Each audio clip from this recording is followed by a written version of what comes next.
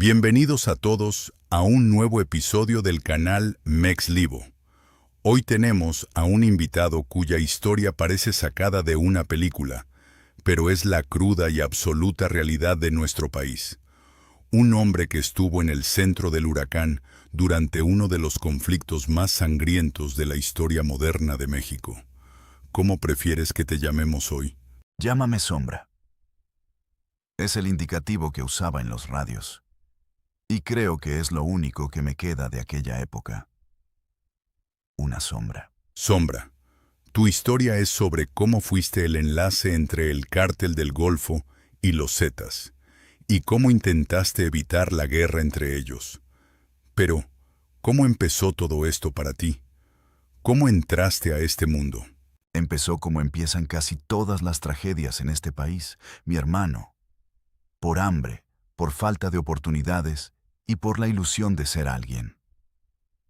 Yo soy de Tamaulipas, de una zona donde el polvo y el calor te asfixian desde que naces. Corría el año 1999. Yo tenía apenas 18 años. Mi padre nos había abandonado. Mi madre lavaba ropa ajena y yo trabajaba en un taller mecánico donde me pagaban una miseria que apenas daba para comprar frijoles y tortillas. Todo el día con las manos llenas de grasa, viendo cómo pasaban por la avenida principal esas camionetas Ford Lobo y Chevrolet Silverado del año, blindadas, con los rines brillando bajo el sol. Adentro iban cabrones de mi edad o apenas unos años mayores, con ropa de marca, cadenas de oro y acompañados de las mujeres más hermosas de la ciudad. Uno a esa edad es pendejo, se deja deslumbrar por el brillo falso. Un día, al taller llegó una de esas camionetas. Era una Suburban negra, de esas cuadradas que imponían respeto con solo verlas. Bajó un tipo al que le decían el Chacal. Me acuerdo perfectamente de su olor. Una mezcla de loción cara, tabaco y algo metálico, a pólvora. Traía un problema con la transmisión. Mi jefe no estaba, así que yo me metí debajo de la camioneta. Trabajé como 4 horas seguidas, sudando como un animal, y la dejé impecable. Cuando el tipo volvió, encendió la camioneta, escuchó el motor y sonrió. Metió la mano a su mariconera de cuero, sacó un fajo de billetes, de puros dólares, y me dio $500 en la mano. $500. Eso era lo que yo ganaba en 4 meses, rompiéndome la espalda de lunes a sábado.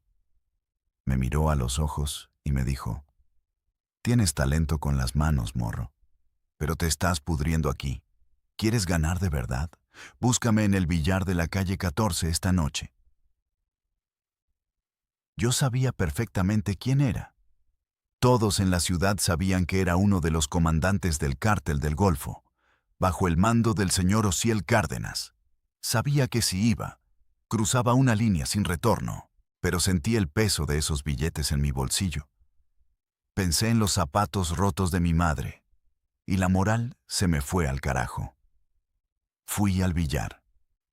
Esa misma noche me dieron un radio Kenwood, un teléfono celular de los viejos, de tabique, y me pusieron en una esquina a halconear, a reportar todos los movimientos de las patrullas, del ejército, de cualquier vehículo sospechoso. Empecé desde lo más bajo. Era el año 2000, y sin saberlo, me estaba subiendo a un tren que me iba a llevar directo al infierno. ¿Y cómo fue ese salto de ser un simple halcón a conocer a los militares que formarían los Zetas? Fue un proceso brutal, de esos que te cambian la psicología por completo. Estuve de halcón como 8 meses. Yo era bueno, muy bueno. Tenía memoria fotográfica para las placas de los carros, me aprendí todos los códigos, las frecuencias, las rutinas de los militares. Nunca dormía en mi turno, no me drogaba, no tomaba. En este negocio, si eres disciplinado y no eres un adicto, destacas rápido porque el 90% de la raza son cabrones indisciplinados, que a la primera de cambio se meten cocaína y empiezan a cagarla. Me subieron de puesto, Me hicieron puntero en una camioneta y luego me pasaron a la logística de comunicaciones. Instalaba las antenas repetidoras en los cerros y en los techos de las casas de seguridad. Por eso empecé a tener acceso a los altos mandos. Y ahí fue cuando cambió todo. Fue en el 2001 cuando empezaron a llegar los nuevos. Al principio eran puros rumores en las frecuencias. Decían que el patrón, o Ciel, había reclutado a unos desertores del ejército de las fuerzas especiales, los GAFES. Cuando los vi por primera vez, se me heló la sangre.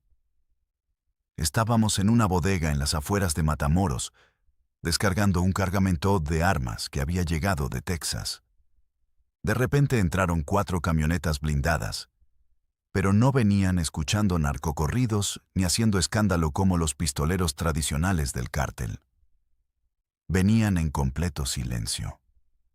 Se bajaron unos hombres vestidos con uniformes tácticos oscuros, botas militares lustradas, chalecos antibalas con placas de cerámica pesadas, y traían armamento que yo solo había visto en películas.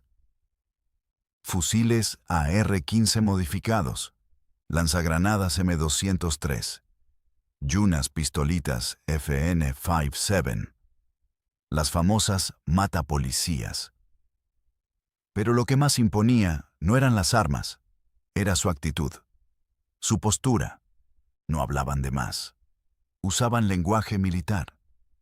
Se movían en formaciones tácticas para asegurar el perímetro antes de que bajara su jefe, Arturo Guzmán de Sena, el Z1. El choque cultural fue inmenso. Los sicarios viejos del cártel del Golfo eran rancheros, matones de cantina, de los que se emborrachaban y echaban bala al aire. Estos nuevos, los Zetas, eran máquinas de matar frías, calculadoras y sumamente letales. Yo estaba ahí, arreglando unos equipos de radio de base, y uno de ellos, el Z3, Heriberto Lascano, me vio trabajando.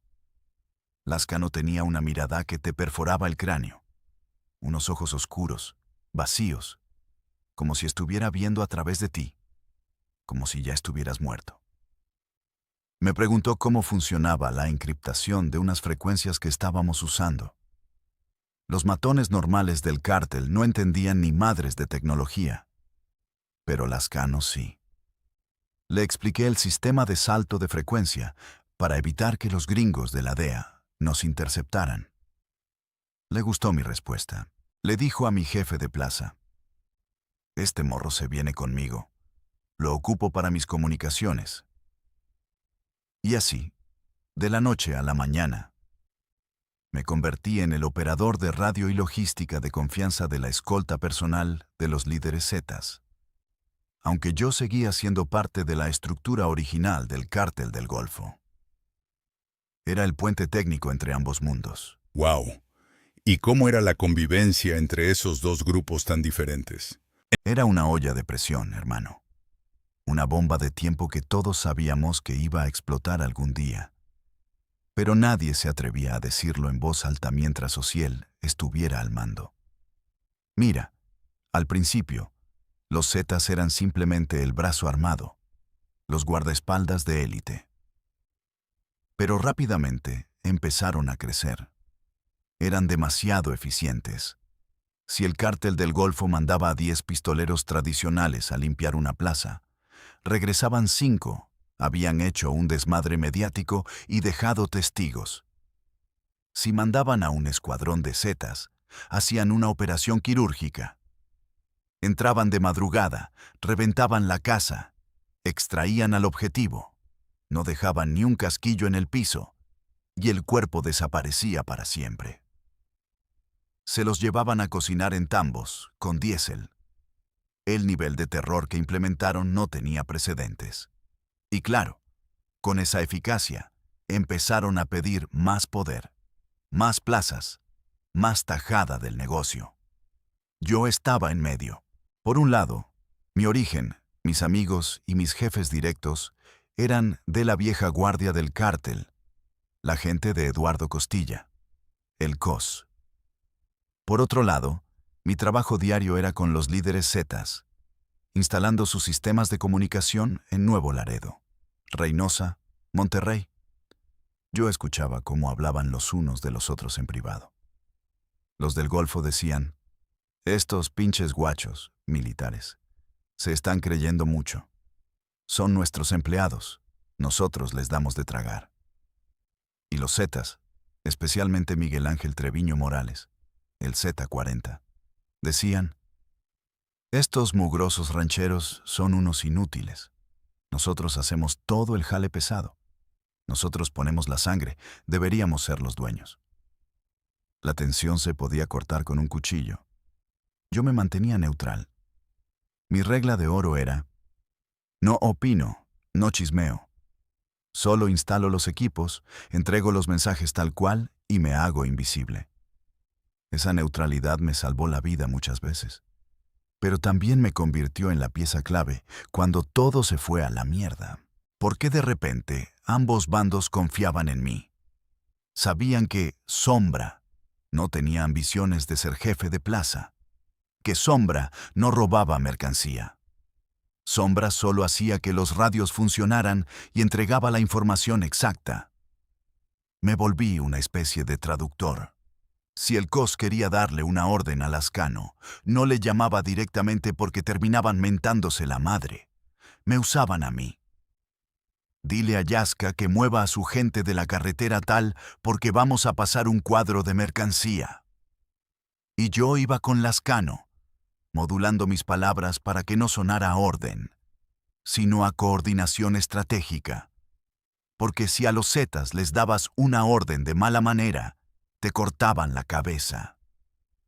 Era un juego psicológico diario, un ajedrez donde las piezas eran ejércitos de sicarios, y cualquier error de comunicación costaba decenas de vidas. Entiendo.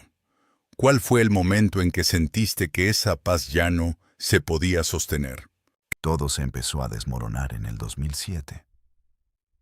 Pero el punto de quiebre definitivo, el momento en que olí la sangre en el aire y supe que la guerra era inminente, fue a principios de 2010.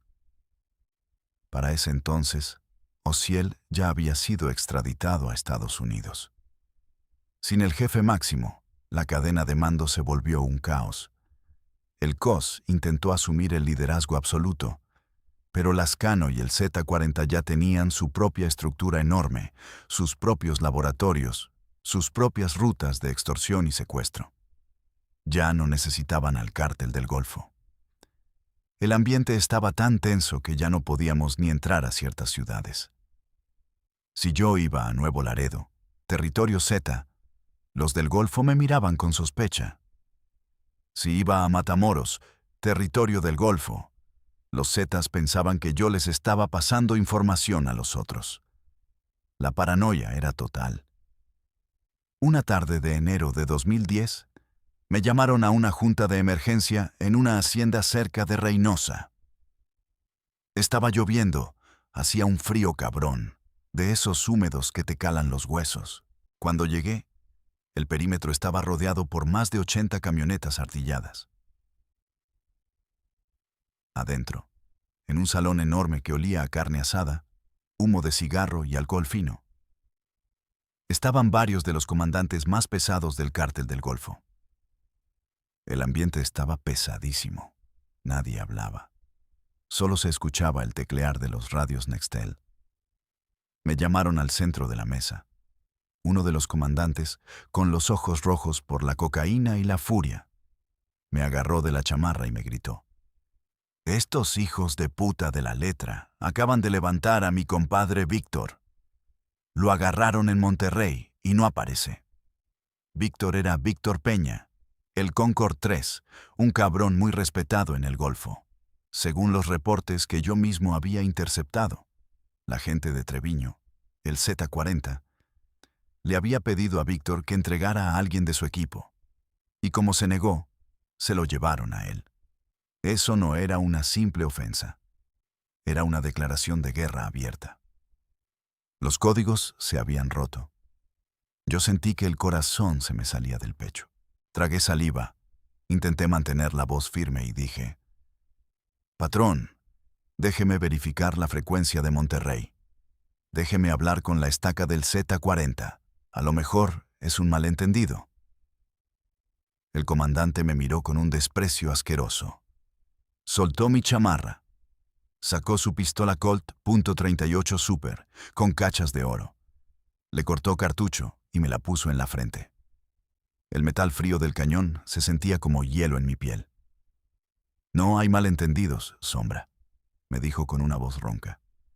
Les vamos a dar un ultimátum. O entregan a Víctor vivo en las próximas 24 horas, o vamos a matar a cada puto zeta que pise Tamaulipas, empezando por sus familias. Y adivina qué, tú vas a ir a darles el mensaje en persona. En ese segundo, vi mi vida pasar. Ir a territorio Z, a buscar al Z40 o al Ascano, y darles una amenaza de muerte. Era una misión suicida. A los mensajeros en este negocio no los despiden, los descuartizan. Pero si me negaba, el comandante me volaba la cabeza ahí mismo en el comedor de la hacienda. No tenía opción. Dije que sí con la cabeza. Me dieron las llaves de un Jetta gris, sin blindaje, para no llamar la atención. Mientras manejaba por la carretera hacia Nuevo Laredo esa noche, con la lluvia golpeando el parabrisas, lloré. Lloré como un niño chiquito, de puro terror. Sabía que estaba manejando hacia mi propia muerte. ¡Qué locura! ¿Qué sentiste durante ese viaje hacia la Boca de Lobo? Sentía un vacío en el estómago, unas náuseas que me hacían querer vomitar en cada kilómetro. Cada vez que pasaba un letrero que decía «Faltan 50 kilómetros para Nuevo Laredo», era como si el reloj de mi vida estuviera marcando los últimos segundos. Manejé despacio. La carretera estaba completamente oscura, solo iluminada por los relámpagos. En mi cabeza repasaba 1000 veces lo que iba a decir. ¿Cómo llegas con los asesinos más sanguinarios del continente y les dices, o devuelven al cabrón que levantaron, o los vamos a matar a todos? Es absurdo. Me iban a despellejar vivo, literalmente. Los zetas tenían esa costumbre. Te cortaban en pedacitos mientras estabas consciente. Traté de mentalizarme. Sombra, eres el técnico, eres útil. Apela a la lógica, apela al negocio. Llegué al primer retén en la entrada de Nuevo Laredo. Un retén puesto por la maña, no por el gobierno. Eran 10 chamacos. Ninguno pasaba de los 20 años. Cruzando las camionetas en la calle, todos con cuernos de chivo, AK-47, terciados y chalecos con la última letra del abecedario marcada con cinta gris. Me pararon. Me apuntaron con las luces altas a los ojos. Bajé el vidrio despacito, manteniendo las manos en el volante a la vista. Uno de ellos se acercó, me encañonó y me dijo, ¿A dónde vas, pendejo? ¿Quién te mandó? Le di mi indicativo. Soy Sombra. Vengo de Reynosa. Traigo un mensaje urgente, personal y de alto nivel para el comandante 40. El chamaco se rió. Una risa burlona, nerviosa. Agarró su Nextel y empezó a modular.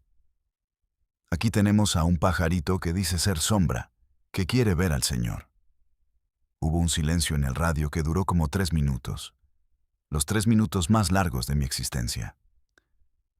Mi respiración empañaba el cristal. De pronto, el radio crujió. Una voz seca, fría, que reconocí de inmediato. Era el mismísimo Treviño. Véndenlo y tráiganmelo a la bodega vieja.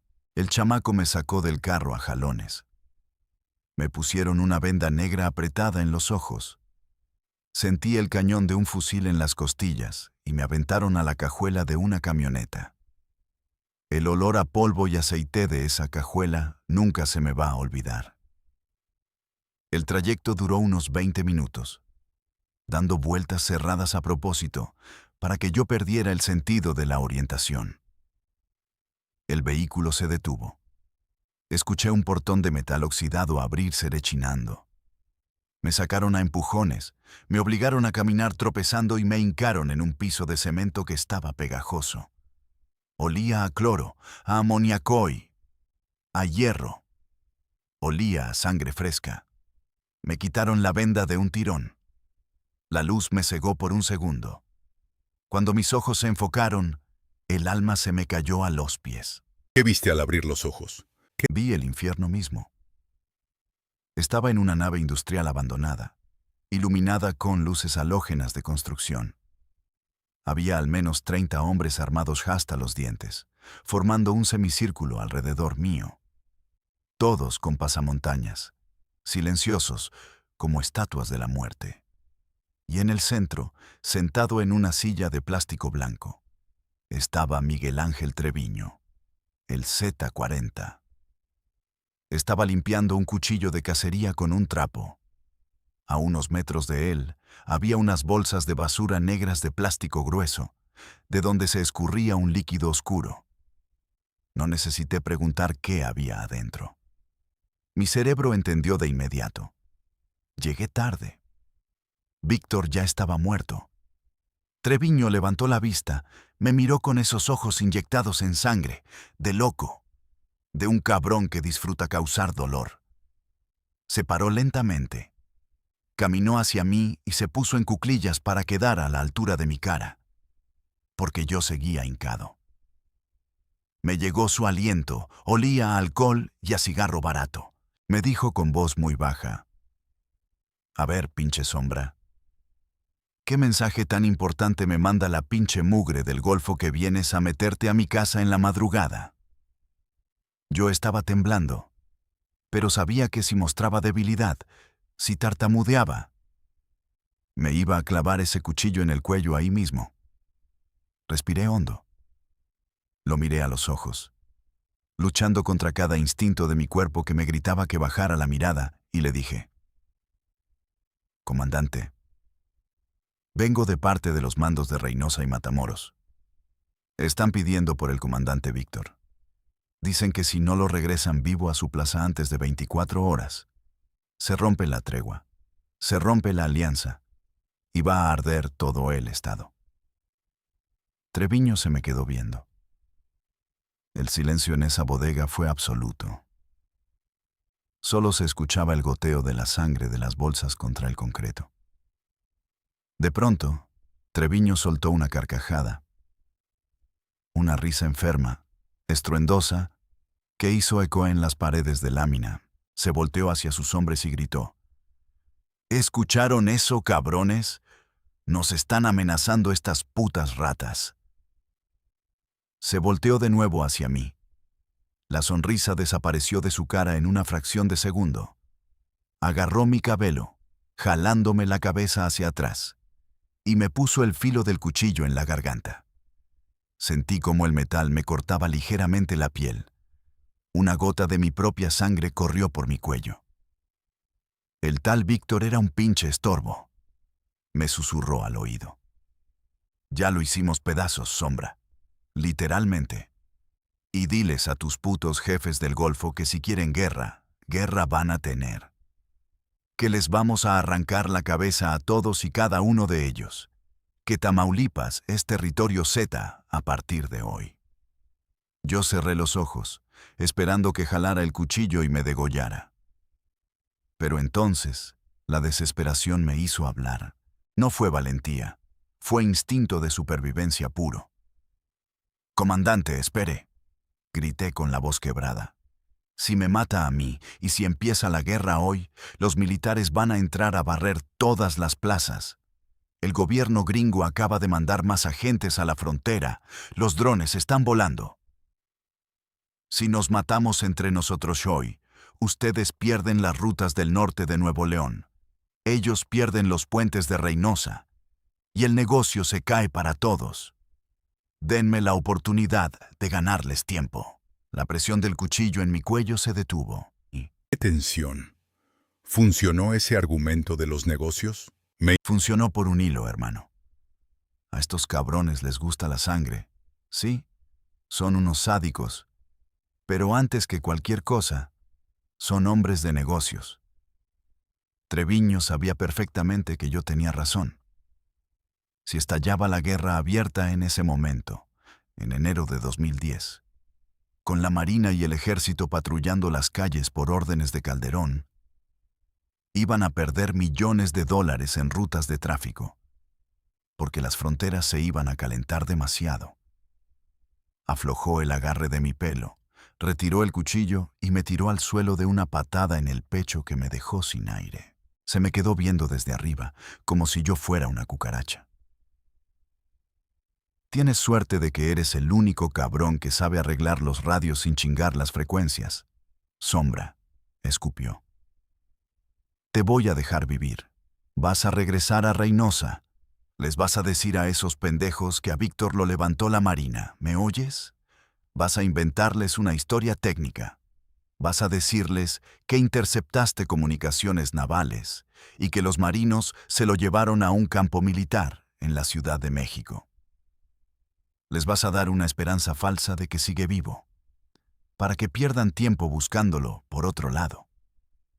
Si haces eso, y nos das un mes de paz para que nosotros podamos acomodar a nuestras tropas y blindar nuestras plazas, te perdono la vida.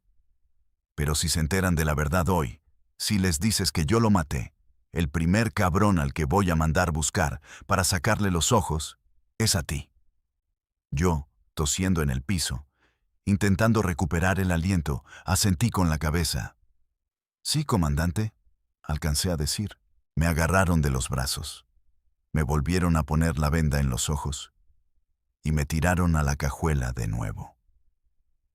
Me botaron en medio de una carretera vecinal de terracería, a unos 10 kilómetros de la ciudad, al lado de mi Jetta gris. Amaneció mientras yo estaba ahí, arrodillado en el lodo, vomitando todo el estrés, la bilis, el miedo puro. Había evitado la guerra ese día, sí, pero acababa de venderle mi alma al diablo. Había aceptado ser cómplice del asesinato de un alto mando de mi propio cártel, y lo peor de todo es que ahora era un agente doble caminando en un campo minado. Regresé a Reynosa. Fui directo a la casa de seguridad donde me esperaban los comandantes del Golfo. Me interrogaron por horas. Les conté la mentira más elaborada de mi vida. Les dije que Treviño no sabía nada, que me habían dejado revisar algunas grabaciones de sus equipos de radio y que había encontrado una frecuencia de la Marina reportando la captura de un objetivo de alto valor que coincidía con la descripción de Víctor. Incluso falsifiqué un audio en mi computadora, agarré ruidos de estática y una grabación vieja de militares y la edité para que sonara convincente. Me creyeron. Los vi respirar aliviados, pensando que su amigo estaba preso y no muerto. Ese día, al evitar el enfrentamiento directo, sentí que tenía el poder de Dios, pero al mismo tiempo sentí que era la escoria más grande del mundo. Imagino la carga psicológica. ¿Cuánto tiempo pudiste mantener esa mentira? Muy poco. Fueron semanas de una tortura mental insoportable. Cada vez que sonaba mi celular, yo brincaba pensando que ya habían descubierto la verdad y venían por mí. Empecé a no dormir, a tener pesadillas donde yo era el que estaba en esas bolsas negras escurriendo sangre. Y, como siempre pasa en este maldito submundo, la verdad salió a la luz. No porque yo hablara, sino porque los Zetasson, arrogantes, no pudieron con su propio ego. Semanas después, a mediados de febrero, empezaron a mandar mensajes por los radios de banda ancha, burlándose de los comandantes del Golfo, diciéndoles que eran unos cobardes, que ellos se habían chingado a su compadre Víctor y que los del Golfo no habían tenido los huevos para vengarlo. Cuando los altos mandos del Golfo escucharon eso, la plaza entera de Reynosa y Matamoros entró en estado de histeria colectiva. Me mandaron a llamar. Yo sabía que era mi fin. Preparé mis cosas, metí en una mochila unos $, que tenía escondidos bajo el colchón, una pistola Glock 19 y unos cargadores extra. Iba a intentar huir hacia Texas. Pero antes de que pudiera salir de mi departamento, escuché el rechinido de las llantas de 3 camionetas afuera de mi edificio. Se bajaron unos 15 sicarios del Golfo, con las armas listas, pateando la puerta de mi casa. Entraron rompiendo todo. Me agarraron a golpes. Me fracturaron 2 costillas y me arrastraron por las escaleras. Me llevaron frente al comandante que me había mandado la primera vez, el de la Colt 38 Super. Estaba ciego de ira.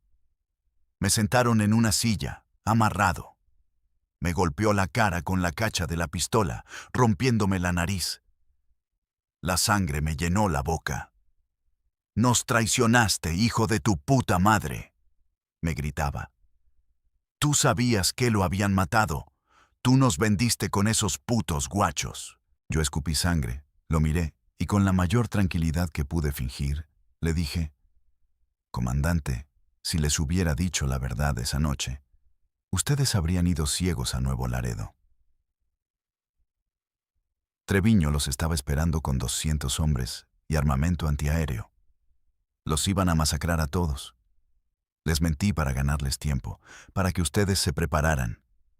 Si me va a matar, hágalo, pero le salvé la vida a usted y a toda la cúpula de esta plaza.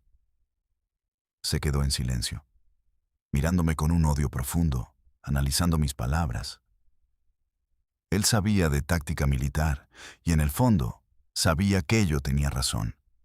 Si hubieran atacado en caliente, habrían sido aniquilados. Bajó la pistola, me agarró de la camisa llena de sangre y me dijo: «A partir de este segundo, la guerra empieza. Ya no hay zetas, ya no hay tregua. Ahora son nuestros enemigos mortales. Y tú vas a trabajar día y noche interceptando cada maldito movimiento que hagan. Si me entero de que cruzas una sola palabra con la gente de Treviño, te corto las manos y te echo a los perros. ¿Entendiste?». Asentí. Me desamarraron. Esa misma noche, el cártel del Golfo mandó a más de 100 camionetas con la palabra CDG pintada en las puertas, cruzando hacia Nuevo León y la Ribereña para empezar a cazar zetas. Así empezó la verdadera guerra, la que dejó las calles de Tamaulipas llenas de cuerpos decapitados, colgando de los puentes, balaceras de 12 horas seguidas que parecían de Medio Oriente. Y yo estaba justo en el centro del huracán cibernético de esa guerra. Me deja sin palabras. Una historia cruda, brutal. Fue la época más oscura y estresante que un ser humano pueda experimentar. Básicamente me convirtieron en el director de inteligencia de la guerra. Monté un centro de mando en una casa de seguridad subterránea en Reynosa, protegida por muros de concreto de 1 metro de grosor y 50 sicarios afuera custodiando día y noche. Tenía 6 monitores enormes, docenas de radios escáneres, equipos de intercepción de señales, antenas GPS. Mi trabajo era escuchar. Escuchaba todo. Monitoreaba las frecuencias de los zetas, decodificaba sus claves, analizaba por dónde se movían sus caravanas y luego le pasaba las coordenadas a nuestros estacas para que los emboscaran. Era un juego de ajedrez donde las piezas morían de verdad. Recuerdo un enfrentamiento en particular, en la carretera ribereña, cerca de un pueblo que se llama Ciudad Mier. Esa zona se volvió tierra de nadie, un cementerio de camionetas calcinadas. Una tarde, intercepté una comunicación del Z3, Lascano. Iba comandando un convoy de unas 40 camionetas artilladas con ametralladoras Barrett, calibre .50 montadas en la caja. Y unos monstruos blindados artesanalmente, esos camiones de volteo forrados con placas de acero de 1,5 pulgadas que les decíamos rinocerontes o monstruos. Su objetivo era entrar a Reynosa de madrugada y masacrar a todas las familias de los comandantes del cártel del Golfo que vivían en las zonas residenciales. Estaban planeando una limpieza étnica, básicamente. Querían matar mujeres, niños, padres, todo. Cuando escuché las órdenes y entendí la magnitud de lo que iban a hacer, el pánico se apoderó de mí. Avisé inmediatamente al alto mando del Golfo. El problema era que la mayor parte de nuestra fuerza operativa estaba peleando en Monterrey. En Reynosa solo teníamos unos 20 vehículos operativos en ese momento. No íbamos a poder detenerlos en un enfrentamiento directo. Teníamos que usar estrategia. Se me ocurrió una idea suicida, pero era la única. Le dije a mi jefe de plaza: «Comandante, no podemos chocar de frente. Necesitamos bloquearles el paso con barricadas de fuego y usar a los militares contra ellos». Mi plan era el siguiente. Ordené a nuestros halcones y sicarios que robaran unos 10 tráileres pesados, de esos de carga doble, en la entrada de la carretera a Reynosa, que les poncharan las llantas, los cruzaran en los puentes y les prendieran fuego. Creamos un muro de llamas y acero infranqueable. Pero eso solo los detendría por unas horas. El verdadero golpe maestro de esa noche fue que yo, usando equipos sofisticados, cloné una frecuencia de emergencia del ejército mexicano. Empecé a mandar reportes anónimos, haciéndome pasar por un oficial de inteligencia militar, dando las coordenadas exactas del convoy de Lascano, diciendo que era una caravana del cártel del Golfo que iba a atacar un cuartel militar. El ejército movilizó helicópteros artillados Black Hawk. Yo escuchaba en un radio a los militares coordinando el ataque aéreo. Y en otro radio escuchaba a los Zetas desesperados porque, de la nada, desde el cielo nocturno, empezaron a lloverles balas calibre 7,62 de las miniguns de los helicópteros. Fue una masacre. Yo escuchaba por la frecuencia de los Zetas los gritos de terror, hombres quemándose vivos dentro de los vehículos blindados, pidiendo apoyo médico, comandantes maldiciendo a Dios y al diablo. Lascano logró escapar en una camioneta ligera, pero perdieron más de la mitad de su fuerza de choque esa noche. Al día siguiente, los periódicos locales no publicaron absolutamente nada. Solo mencionaron un incidente aislado en la ribereña. El gobierno tapaba la magnitud de la guerra, pero yo estuve ahí, escuchando los gritos de los muertos. Esa noche, evité que Reynosa se convirtiera en un matadero de civiles, pero ¿a costa de cuántas vidas más? No lo sé. Esa es la culpa con la que vivo todos los días. Y profundamente real. Te agradezco el valor de compartirla con nosotros hoy en el canal. A toda nuestra audiencia de... Porque en la maña no hay amigos. No hay lealtad a largo plazo. Solo eres útil hasta que dejas de serlo, o hasta que sabes demasiado. Y yo, hermano, sabía absolutamente todos los secretos de la organización. Sabía dónde estaban las caletas de dinero enterrado, los nombres de los políticos que recibían sobornos, los números de cuentas bancarias en Texas y en las Islas Caimán, las contraseñas de las comunicaciones satelitales. Mi cerebro era una bóveda de información que podía hundir al cártel del Golfo si alguna vez me agarraba la DEA o la Marina. Pasaron los meses. La guerra siguió escalando. Llegamos al 2011, el año más sangriento. La paranoia dentro de nuestro propio cártel empezó a pudrir a la organización desde adentro. Empezaron las purgas. Los jefes ya no solo mataban zetas, sino que empezaron a desconfiar de su propia gente.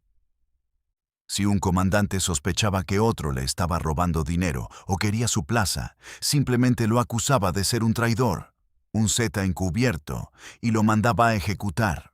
Vi a amigos, a compañeros halcones con los que había empezado en las calles, ser torturados por nuestra propia gente hasta que confesaban crímenes que no habían cometido, solo para que dejaran de lastimarlos, y luego los ejecutaban. El ambiente era irrespirable. Un día de octubre, mi instinto me avisó que mi tiempo se había acabado. Estaba en el centro de mando, analizando unas rutas de radio, cuando entró uno de los guardaespaldas personales del jefe de plaza. Me miró diferente. No me saludó como siempre.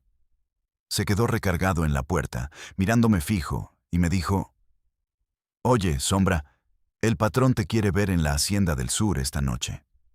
Dice que vayas solo, que no lleves equipo, que quiere hablar de un negocio nuevo». Esa frase, «ve a la Hacienda solo, sin equipo», era la sentencia de muerte clásica. Era el mismo protocolo que usaban cuando iban a desaparecer a alguien. Yo sentí que un bloque de hielo me bajaba por la columna vertebral. Sabía que querían silenciarme. Mi cabeza empezó a trabajar a 1000 por hora. Le sonreí al escolta. Me froté los ojos como si estuviera cansado y le dije: «Claro, mi chingón. Termino de encriptar estos radios para la estaca de Matamoros y voy para allá a las 8». Él asintió y salió. En cuanto se cerró la puerta, empecé mi plan de fuga. Tenía literalmente 2 horas para borrar mi existencia de la faz de la tierra. Saqué un disco duro portátil donde tenía un respaldo de algunos datos. Destruí físicamente con un martillo los servidores principales del cuarto de comunicaciones para que no pudieran rastrear mis últimas búsquedas. Agarré una mochila que siempre tenía preparada con ropa civil, identificaciones falsas de muy alta calidad que yo mismo había comprado, y $60,000 en efectivo que había juntado en secreto a lo largo de los años. Dejé mi Nextel en el escritorio, encendido, para que el GPS marcara que yo seguía ahí. Salí por la puerta trasera del complejo, que daba a un callejón lleno de basura, un lugar que no tenía cámaras. Me subí a una bicicleta vieja que siempre tenía amarrada ahí, justo para una emergencia como esta, y pedaleé como un demonio por las calles de Reynosa, esquivando retenes de halcones, escondiéndome en las sombras. Mex Livo, si les impactó esta entrevista tanto como a mí, no olviden suscribirse, darle like. Esa fue la parte más aterradora de toda mi vida, porque estaba entre 2 paredes de fuego. Atrás venía el cártel del Golfo, que seguramente a las 9 de la noche ya se había dado cuenta de mi fuga y habían soltado a los perros a cazarme por toda la ciudad. Adelante estaban los gringos, la Border Patrol, la DEA, las cámaras térmicas, los drones. Sabía que no podía cruzar por un puente oficial. Mi nombre y rostro, aunque no en bases de datos del gobierno, eran conocidos por los punteros del cártel que vigilaban los puentes. Me atraparían antes de llegar a la garita de migración. Tenía que cruzar por el río Bravo, por la zona más agreste y peligrosa. Un punto donde el río es traicionero y hay corrientes fuertes, conocido como la Herradura. Era una ruta controlada por coyotes independientes que pagaban cuota al cártel, pero no estaban en la estructura operativa directa. Llegué a un barrio pobre en la orilla del río. Entré a una choza que conocía donde operaba un contrabandista de humanos, un viejo al que le decíamos Don Chencho. Yo lo había ayudado una vez a recuperar a un nieto que se lo querían llevar de sicario, así que me debía un favor de vida. Le puse $10,000 en la mesa de madera podrida. «Chencho, me están cazando. Necesito cruzar esta noche, ahorita mismo, y que nadie sepa que estuviste conmigo», le dije, casi sin aliento. El viejo vio el dinero, vio el terror en mis ojos y asintió. «Quítate esa ropa fina, ponte estos harapos de granjero, llénate la cara de lodo y vamos al agua. La patrulla fronteriza cambia de turno en 15 minutos, es nuestra única ventana». Caminamos entre el monte, la humedad de la noche era asfixiante. Los mosquitos me devoraban vivo. El sonido del río Bravo en la oscuridad es aterrador. Suena como un monstruo que respira profundo. Nos metimos al agua helada. Yo llevaba mi dinero e identificaciones falsas en una bolsa hermética pegada al pecho con cinta adhesiva. El agua me llegaba a la barbilla. La corriente trataba de arrastrarme hacia abajo, hacia el lodo oscuro. Don Chencho iba adelante, tanteando el fondo con una rama gruesa. En medio del río, Escuché motores en el lado mexicano. Eran camionetas llegando a la orilla. Vi luces de linternas potentes barriendo el agua. «Por acá se metió, busquen al hijo de su perra madre», escuché gritar a alguien. Era la voz de uno de los comandantes que me buscaba. Yo me hundí en el agua, aguantando la respiración, dejando solo la nariz afuera, bajo unas ramas caídas en la orilla americana. Las luces pasaron por encima de mí varias veces. Mi corazón latía tan fuerte que juraba que podían escucharlo desde la otra orilla.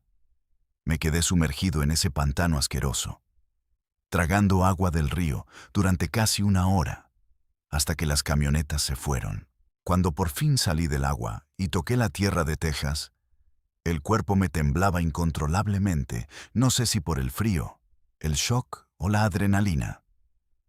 Don Chencho me hizo una seña con la mano desde lejos y desapareció de vuelta en la oscuridad.